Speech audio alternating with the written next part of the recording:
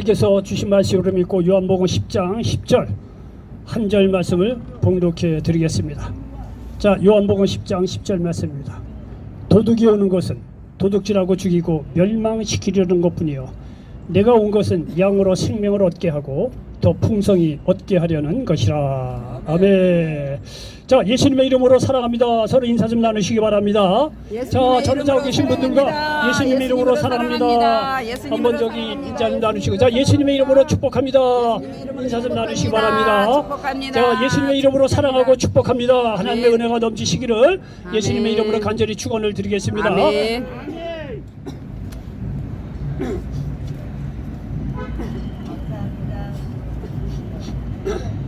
자, 저는 요한복음 10장 10절 말씀을 배경으로 해서 한번 따라서 해보시기 바랍니다. 가면이라도 써라. 가면이라도 써라. 예, 가면이라도 써라. 이런 제목으로 말씀을 전하면서 하나님의 은혜가 넘치시기를 예수님의 이름으로 간절히 축원을 드리겠습니다. 여러분, 세상에 실패한 사람이 있다고 합니다. 이 세상에서 실패한 사람이 있는데 이 사람은 자기가 적어도 생각하기에 완전히 인생을 그야말로 실패한 이제 사람이라고 그래 생각을 했습니다.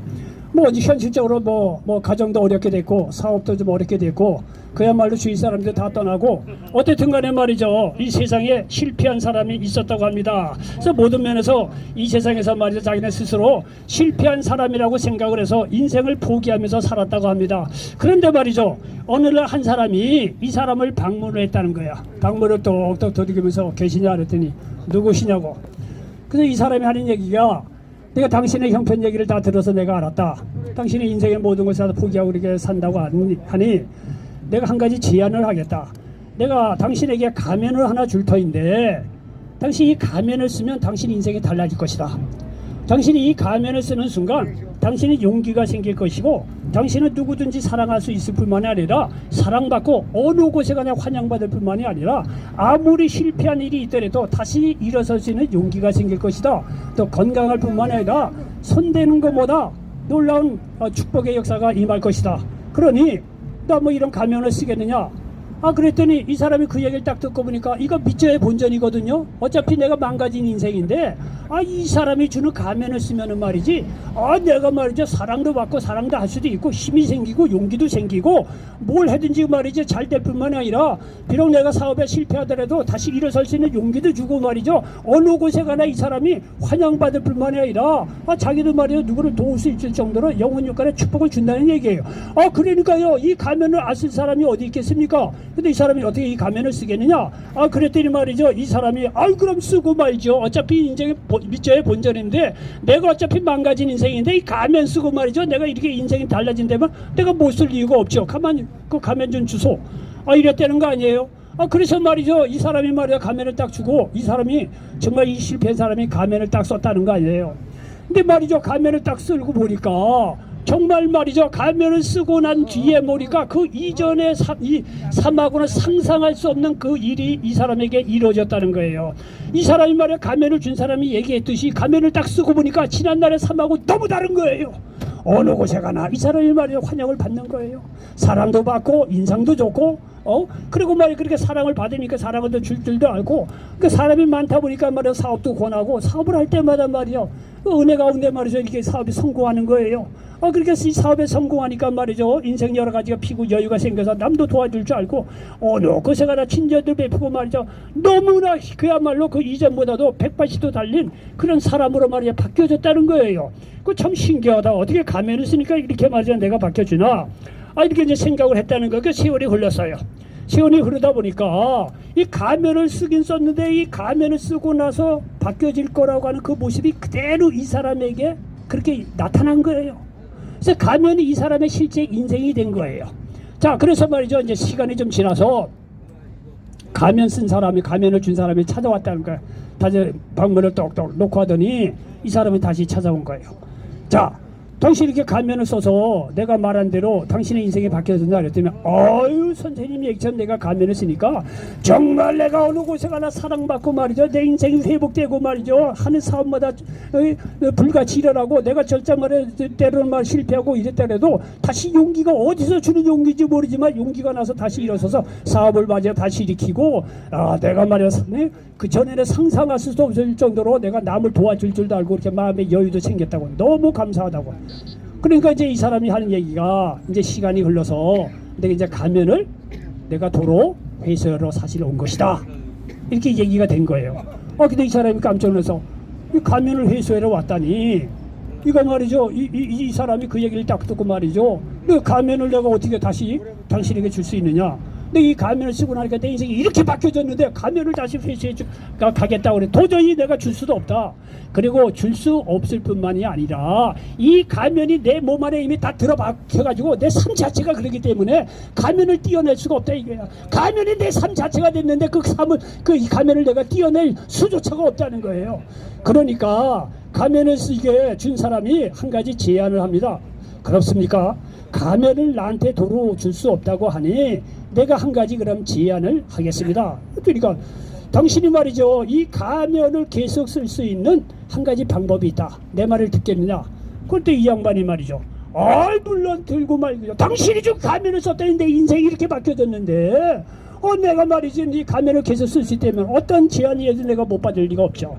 그러니까 이 가면을 준 양반이 그 사람 눈을 똑바로 보더니 당신이 말이죠. 가면을 줘서 이렇게 삶이 바뀌어졌는데 그 삶이 계속해서 가면을 쓴 삶과 같이 그런 삶이 계속되는 방법이 딱 한 가지 있다. 당신이 예수님을 믿으면 그런 삶을 살 수가 있다. 당신 예수님을 믿겠느냐? 만약에 예수를 믿지 않으면 가물이 사라질 것이고 당신이 이 가면이 계속해서 당신 쓰고 살라고 한다면은 예수를 믿으면 가면을 쓰고 바뀌어진 생각과 같이 똑같은 역사가 일어난다. 내가 사실 당신에게 가면을 준 거는 뭐냐? 예수는 믿고 나서 사람이 바뀌어진 그 삶 그 자체를 내가 당신에게 준 것이다. 그리고 당신은 사실 가면을 쓰고 나서 예수 믿은 사람이 변화되는 아주 모델의 그런 삶을 지금 살고 있다. 예수님 믿겠느냐? 이 사람이 예수님을 거부할 이유가 없지요. 이 사람이 말이죠. 그 당시 그 이후로 예수를 믿고 말이죠. 가면에 쓰고 나서 바뀌어진 그대로의 삶을 살았다는 그런 이야기가 있습니다. 여러분요. 사람은 원래 하나님의 형상대로 지음받고 아주 고귀하고 축복된 존재라는 사실을 기억하시길 바랍니다. 여기 창세기 1장 27절로 28절에 보니까 하나님이 자기 형상 곧 하나님의 형상대로 사람을 창조하시되 남자와 여자를 창조하시고 하나님이 그들에게 복을 주시며 하나님이 그들에게 이르시되 생육하고 번성하여 땅에 충만하라. 땅을 정복하라. 바다의 물고기와 하늘의 새와 땅에 움직이는 모든 생물을 다스리라 하시니라 말씀하고 있습니다. 여기 보십시오. 사람은 원래 하나님의 형상대로 지음을 받았다는 거예요. 하나님의 형상대로 지음받았다는 거는 단지 형상대로 지음받았다는 건 말만 끝나는 것이 아니라 28절에 보니까 복의 자녀가 되었다는 거예요. 그리고 온 우주 만물을 다스릴 수 있는 능력이 있다는 것을 여기서 우리들에게 가르쳐주고 있습니다. 여러분요, 사람이요, 이 호랑이나 말이야 곰 같은 거 힘대걸 내면 사람이 이깁니까? 근데 사람이 그 모든 말이야 엄한 짐승도 다스리고 온 우주 만물을 지배하고 다스릴 수 있는 능력이 어디에서 있느냐면 창세기 1장 28절에 근거가 있다는 거예요. 사람들이 그것을 몰라서 말이죠. 뭐 달나라가고 뭐하고 다 사람이 말이야 잘나서 그런 줄 아는데 여러분 근거는 여기 창세기 1장 28절에 나오고 있어요. 하나님의 형상대로 지음을 받았고 하나님께서 복을 주시고 온 우주 만물을 다스릴 수 있는 능력을 사람에게 주었다는 거예요. 그래서 사람의 말이죠. 다른 동식물하고 비교할 정도로 탁월하게 지능이 좋고 온 우주 만물을 지배하고 지금 말이야 달나라까지 가고 화성까지 가고 지금 난리 법석을 떠는 사람들의 이 발전 모습이에요. 사람은 말이죠. 원래 하나님의 형상대로 지음받고 고귀하고 축복받는 존재라는 사실을 기억하시기 바랍니다. 그런데 아담과 하와의 원죄로 말미암아 인간의 원래 자상을 잃게 된 것입니다. 이후에 주인을 잃은 인간에게 마귀가 찾아와서 말이죠. 거짓된 자상을 심어준 것입니다. 우리가 말이죠. 아니 한 가지만 실패했는데도 불구하고 마귀가 와서 너는 그 한 가지 실패한 거 보니까 10가지 뭘 해도 다 실패한 인생이야. 너는 뭘 해도 안 되는 인생이야. 마귀 와서 거짓된 자아상을 심어주는 거예요. 너는 사랑받지도 못해. 너는 할 수 있는 것이 없어. 너는 쓸모없고 쓰레기 같은 인생이야. 너는 저주의 자녀야. 이렇게 말이죠. 마귀가 와서 거짓된 자아상을 심어준 것입니다. 그런데 말이죠. 문제는 뭐냐면 이런 거짓된 정보를 매일 받다 보니 그것이 정말 나 자신이야 이렇게 생각하게 되었다는 것입니다. 결국 실패한 인생이 되는 거예요. 여러분요, 생각해 보십시오. 우리가 내가 지금까지 망가질 정도로 그렇게 실패하고 좌절하고 그런 게 사실은 없어요. 그냥 사업하다가 한 번 실패한 것 뿐이고 가정, 아내가 떠나고 자녀가 떠나간 것 뿐이에요. 여러분요, 많은 인생에 실패했다고 하더라도 여러분이 고유하게 하나님께 사랑받고 축복의 자녀라는 사실은 변함이 없어요. 그런데 마귀가 와서 말이죠, 뭐 한 가지 잘못하면 그걸 딱 타고 들어가서 그렇지 내가 할 수 있는 것이 뭐냐 이게. 너는 저주의 자녀고 쓰레기야, 실패한 인자이고 내가 할 수 있는 것이 아무것도 없어. 이렇게 확대해서 말이죠, 우리에게 매일 말이죠 그 생각을 심어주는 거예요. 그러니 우리가 정말 그렇게 못난 인생인가, 실패한 인생인가, 이렇게 하나씩 생각하다 보니까 그 생각이 완전히 점령이 돼서 말이죠, 이 사람이, 많은 사람들이 말이죠, 주저앉아갖고 일어설지를 모르는 그런 일이 허다하다는 거예요. 여러분요, 잘 들어보세요. 행동경제학이라고 하는 학문이 있대요. 그냥 들어보시면 돼요. 저도 이제 들은 거니까. 근데 행동경제학이라고 하는 학문이 있는데 여기서 말하고 있는 주 포인트가 뭐냐면요, 잘 들어보십시오. 거짓말도 반복하면 진실된 것으로 뇌가 인식한다고 하는 이론이라는 거예요. 이 행동경제학은요, 거짓말도 자꾸 반복해서 우리에게 주잖아요. 그러면 나중에 그 거짓말이 진리인 것처럼 우리 뇌가 그렇게 생각한다는 거예요. 이게 공상단들이 쓰는 아주 전형적인 수법이래요. 거짓말을 계속 주입한다는 거예요. 그러면 이제 그거를 계속 듣다 보면 그것이 진리이고 그것이 맞는 거로구나, 이렇게 말이죠. 우리 뇌가 그렇게 인식을 한다는 거예요. 이게 행동경제학에서 얘기하는 주된 포인트라고 하는데, 여러분 보십시오.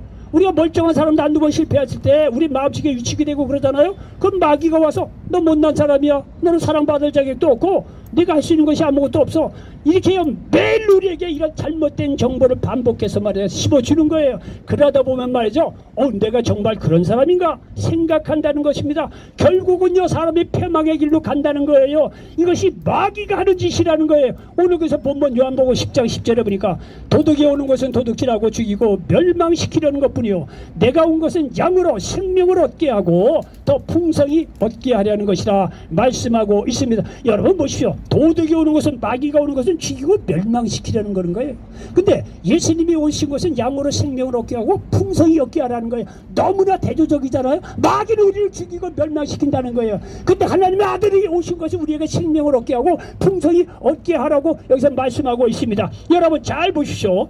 마귀의 눈으로 성경을 보면 모든 것이 죄요, 실패요, 좌절이요, 절망이요, 죽음으로 가득 찬 사람들의 이야기가 성경입니다. 그런데 하나님의 눈으로 성경을 보면 죄 속에서도 의가 발견되고 실패 속에서도 성공이 보이며 좌절 속에서도 희망을 발견할 수 있고 죽음에서도 영생을 발견할 수 있다고 하는 것이 하나님의 눈으로 성경을 보면 그렇다는 거예요. 여러분요, 사람이 빨간 안경을 쓰고 세상을 보면 어떻게 보인다? 빨갛게. 파란 안경을 쓰고 세상을 보면 어떻다? 파랗게 보이는 거예요. 노란 안경을 끼고 딱 보면 어떻다? 세상이 누런 거예요.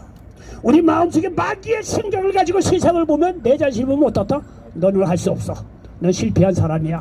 넌 좌절이야, 절망이야, 죽음이야, 실패야. 그렇다는 거예요. 그런 마귀의 눈으로 성경을 보면 맨 실패한 거, 좌절하고 절망하고 이런 사람들의 얘기로 가득 차게 보여요.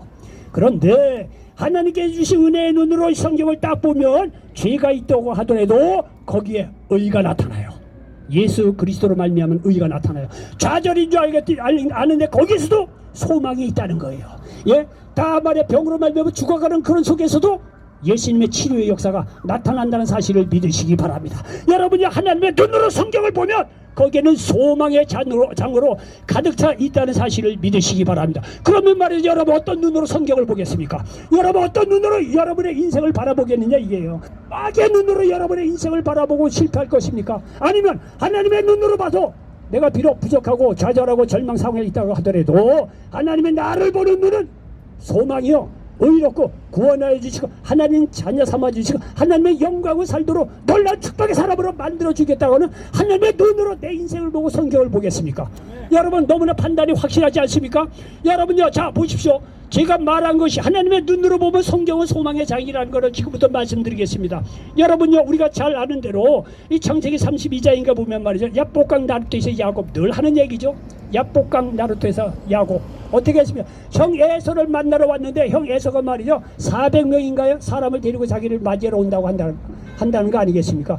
그럼 그 얘기는요, 옛날 일을 생각해서 형 에서가 동생 야곱을 죽이겠다는 얘기예요. 그러니요, 야복강 나루터에서 말이죠, 야곱이 아무리 인간적으로 말이죠 이런 생각 저런 지혜를 짜내도 답이 없어. 선물을 몇 대를 줬는 무슨 소용이 있어요? 먼저 사람을 보내 사람이 와서 하는 얘기가 형 에서가 400명인가요? 사람을 데리고 당신을 맞이하러 오겠다는 거 끝났다는 거 아니에요? 여러분요, 여기까지 생각하면요, 야곱은요 지난날에 잘못한 게 있기 때문에 인간적으로 봐도 절망이에요. 소망이 없어요. 그런데 어디 그렇습니까? 예? 이 창세기 여기 32장에 보면 야곱이 그냥 죽게 하나님께서 내버려 두겠습니까? 아니에요. 하나님께서 야곱을 택하신 자니에요.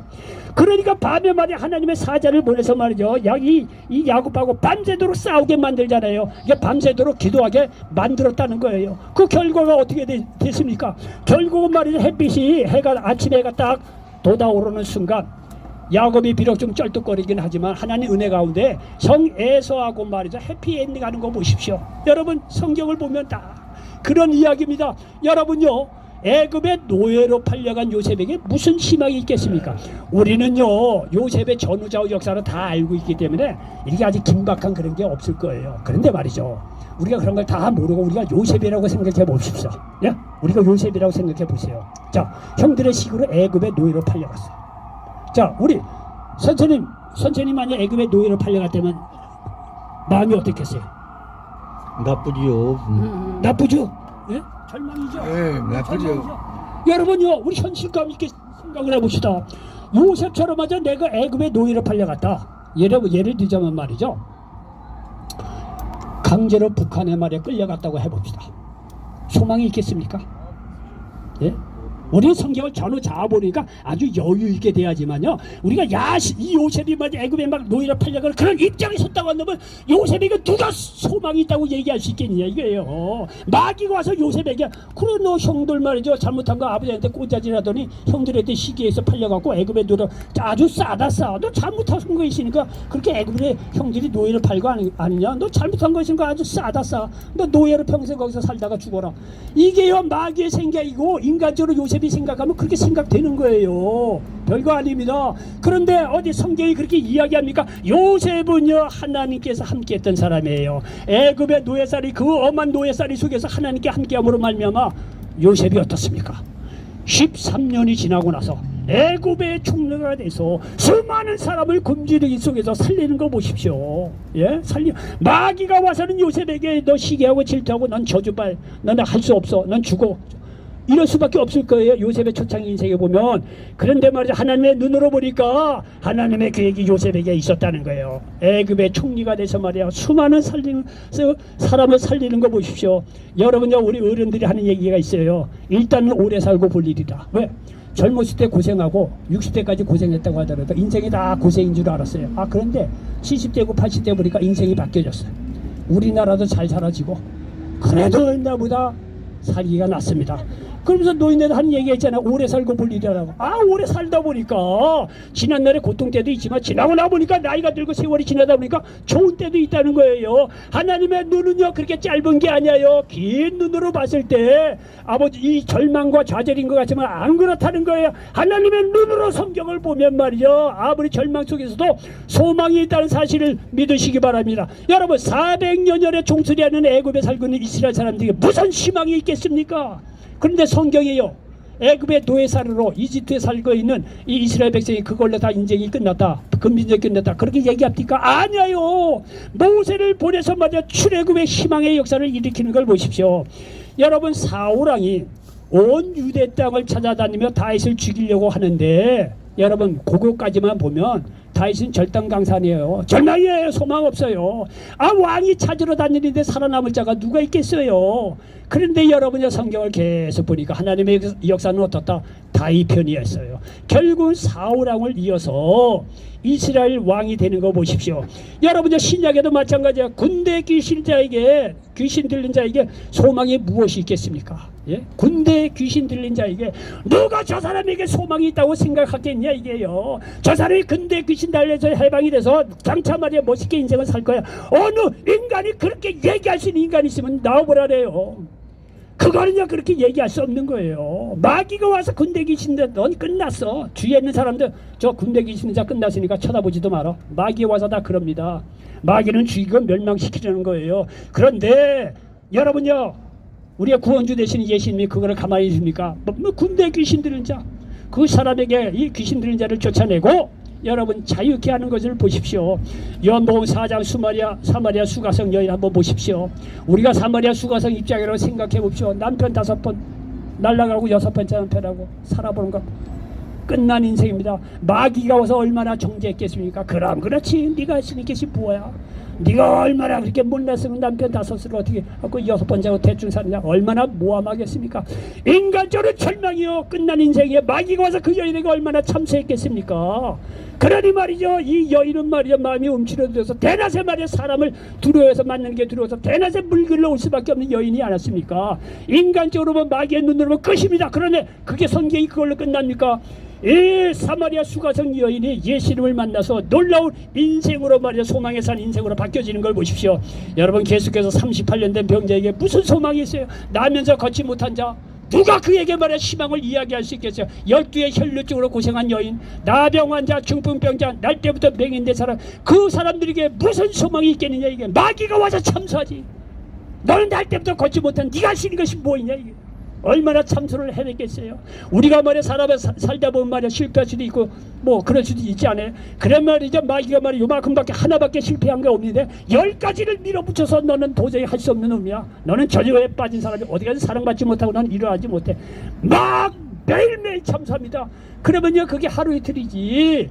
매일 혼자서 말이야 실패의 생각에 잠겨있으면요 마귀에 빠져갖고 오 나는 그런 사람이구나. 나는 내가 할 수 있는 것이 아무것도 없어.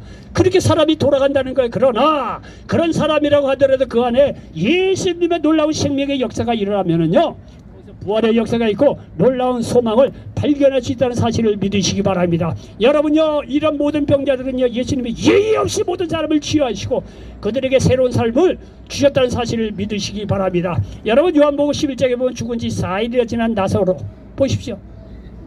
우리가 죽은 지 4일이나 나사로 우리 긴장을 안 해요. 그 내용을 보면. 왜냐하면 처음과 끝을 다 알거든. 결국은 살아나거든요. 굉장히 긴장을 안 해. 근데 여러분요 우리가 어린아이 같이 우리가 정말 이 나사로라고 하는 입장으로 들어가서 다시 한번 진지하게 한번 들어가 보세요. 내가 죽었다고 합시다. 4일이나 지났어. 그럼 끝나는 거 아니에요? 끝났지 않아요? 거기에 마리아 마르다 자매고 형제고 나발이고 친척이고 나발이고 없어. 다 소망이 없어. 끝나는 거예요. 거기에 누가 말이야 나사로가 다시 살 거라고 그렇게 희망에 찬 얘기를 할 수 있는 사람이 누가 있겠어요? 마귀가 와서 넌 끝난 인생이고 참수하고 저주받은 인생이 끝나고 너 죄 때문에 다 4일 만에 다 죽고 나서 이렇게 4일이나 지났다고 주위에서 그렇게 얘기할 거 아니겠습니까? 마귀는 와서 그럽니다. 그러나 성경은 그렇습니까? 하나님의 눈으로 보니까 예수님이 그 자리에 와서 말이요 죽은 지 4일이나 지난 나사로를 보고 말이야 나는 부활이요 생명이라는 거야. 나를 믿는 자는 죽어도 살겠고 살아서 나를 믿는 자는 영원히 죽지 아니한다는 거예요. 여러분요 이 유명한 말을 하시고 나서 나사로에 나오느라고 살리는 거 보십시오. 살리는 거 보십시오. 마귀는요 죽은 지 4일 끝난 절망 하나님의 눈으로 보니까 거기에서도 말이야 영생 부활의 소망을 주시는 걸 보십시오. 성경은 이렇습니다. 하나님의 눈으로 보면 우리에게 아무리 절망하고 말이야 그런 삶이 있다고 하더라도 우리에게 소망을 가질 수 있다는 사실을 믿으시기를 바랍니다.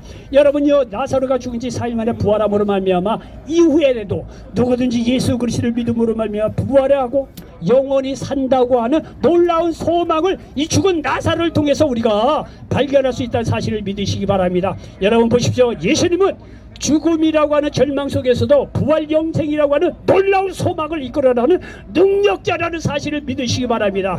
예수님은 지름 말미암아 죄인된 우리를 위해서 의인이 되는 길을 여셨어요. 영생의 길을 여셨어요. 로마서 3장 22절 보니까 건 예수 그리스도를 믿음으로 말미암아 모든 믿는 자에게 미친 하나님의 의인이 차별이 없느니라. 로마서 6장 23절에 보니까 죄의 삭은 사망이요 하나님의 은사는 그리스도 예수 우리 주 안에 있는 영생이니라 말씀하고 있습니다. 여러분 보십시오. 하나님의 눈으로 보면 성경은 죄로 말미암아 고난이 많지만 그러나 희망으로 가득 찬 책이라는 사실을 믿으시기 바랍니다. 여러분, 많은 사람들이 거짓된 정보를 자꾸 들어 내 자신이 정말 그런가 부정적으로 생각합니다. 이러한 생각의 결과는 실패한 인생입니다. 그렇다면 말이죠, 한번 반대로 생각해 보시기 바랍니다. 나는 사랑받을 수 있고 사랑할 수가 있어. 나는 실패하더라도 다시 일어나서 결국 성공할 수 있는 인물이야. 나는 무엇이라든지 잘할 수 있어 라는 예수님이 주시는 가면을 한번 써보시기 바랍니다. 예수님 안에서 이런 가면을 써보면 나중에 정말 그런 사람이 됩니다. 우리는 이것을 믿음이라고 부릅니다.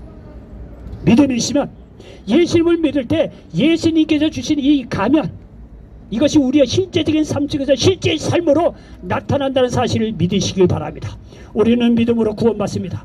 우리는 믿음으로 어떤 병에도 치유받고, 우리는 믿음으로 소망을 얻고 자신감을 얻고 하나님과 사람에게 사랑받는 존재가 된다는 사실을 믿으시길 바랍니다. 나아가서 남을 사랑할 수 있으며 남에게 도움을 주고 소망을 주며 부활 영생도 전할 수 있는 인물이 된다는 사실을 믿으시길 바랍니다. 왜냐하면 예수님은요, 우리가 생명을 얻되 풍성히 얻게 하기 위해서 오신 분이기 때문에 그렇다는 거예요.